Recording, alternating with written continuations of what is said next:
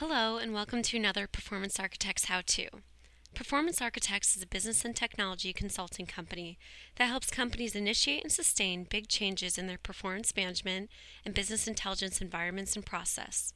This video, along with others on our channel, should help provide some additional insight as you embark on or continue along your EPM and BI journey. Head over to our channel after this video or come back in the future to learn best practices, hear overviews, and take part in lessons we have designed to help you. We are focused on continuing to develop this community, and we welcome any recommendations you might have for future content. Thanks and enjoy. Hello and welcome to Performance Architects How-To. My name is Ron, and in this second of 3 how-tos, I will discuss the reasons for project success or failure. The Standish Group had done a study not too long ago that showed that successful outcomes on projects happened about 16% of the time, whereas challenged projects occurred about 53% of the time, and impaired or failed projects occurred 31% of the time. Now what I want to do is look a little deeper at this and look at some of the characteristics involved in each one of these outcomes. First, the characteristics of successful projects. The first element was executive management support. Another is user involvement, realistic expectations, proper planning, and clear statement of requirements. Now let's take a look at the challenged characteristics.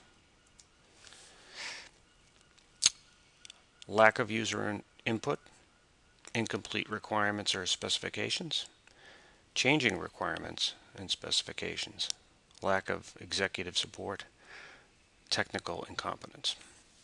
We're starting to see some commonalities between some of these.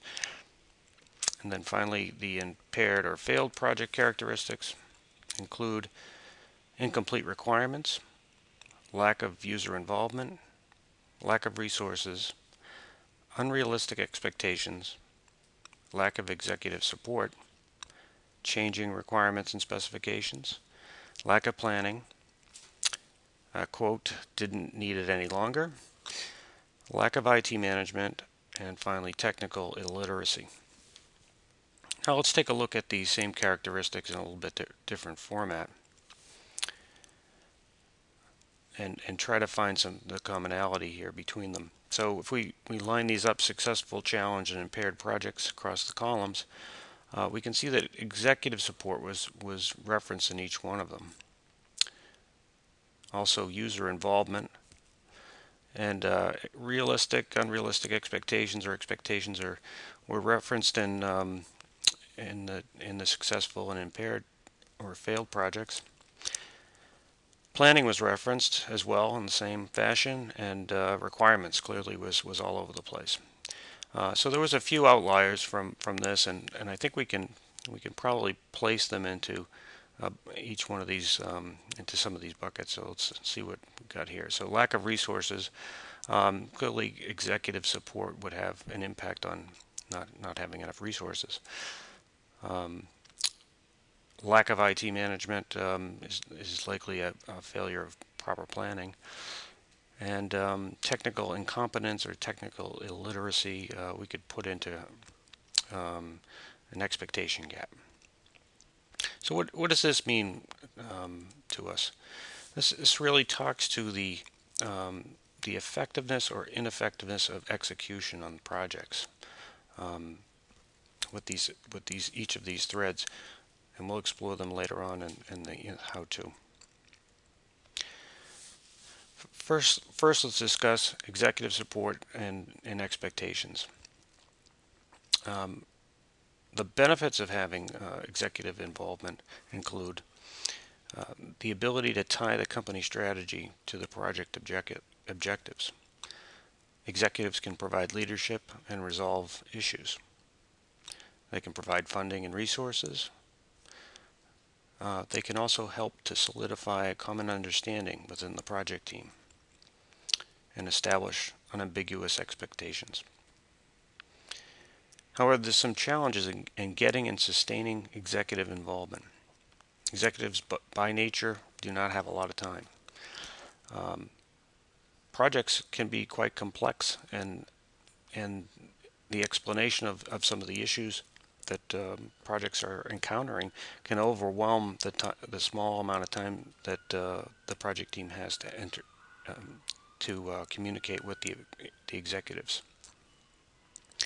And finally, the communication has to be tailored to the executive's point of view. Without that, the communication will be ineffective. So, although there's a great benefit of having executive involvement, it doesn't come at it comes at quite an expensive cost to a project team because they have to prepare in advance of meeting with the executives to get what they need from those meetings. Next, let's talk about user involvement and also expectations. And really, what is a user in terms of project lexicon? We really refer to them as stakeholders. And again, definition of a stakeholder in project from a project perspective is any person or organization that is actively involved in a project or whose interests may be positively or negatively affected by the execution or completion of the project. So it's a pretty broad group of people. What are the benefits of stakeholder involvement? Stakeholders provide subject matter expertise, and without which most projects can't get done. They also enable changes to existing processes and systems. Many times stakeholders are systems owners or managers of departments that run systems. They provide resources and they clarify expectations. What are the challenges that projects have when they don't have stakeholder involvement? Stakeholders that are not involved in projects can be passively resistant to projects, which can have debilitating effects across the whole spectrum of the scope of the project. Can encounter delays due to lack of resources in adoption. And finally, they can enable unrealistic expectations to perpetuate. Stakeholders should be systematically identified early in the project and engaged so that the projects can be successful. Now let's look at proper planning. What does planning involve? It involves the anticipation of hurdles and roadblocks, setting up strategies to deal with issues, defining roles and responsibilities, setting timelines and milestones, to name a few. What are the challenges to proper planning? Project planning is in and of itself a unique activity that requires some specialized skills and experience. When those skills and experience are not available, the project planning timeline can be quite all-consuming and resource intensive. It also brings up the question of the cost benefit within the project team, doing a lot of extra work to prepare documentation in the planning process without much benefit, perceived benefit. And finally, the desire of the team members to jump in and design and build activities prematurely is a challenge to proper planning. Turning to business requirements, what is really the problem around business requirements? We've had rapid technological change in the area of financial systems over the last couple of decades.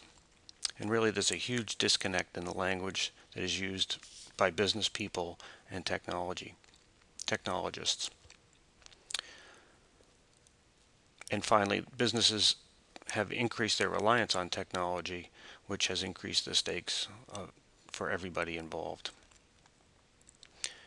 Articulating business requirements is challenged by a number of items, including lack of business analysts, really specialists in the area of collecting business requirements, confusion about what a business requirement is, failure to document properly, failure to trace requirements through the project lifecycle. Conflicts between stakeholders harden requirements prematurely. And finally, early prototyping diverts attention to the solution. Thank you for joining, and please visit our Performance Architects How-To channel for other videos on enterprise performance management and business intelligence solutions.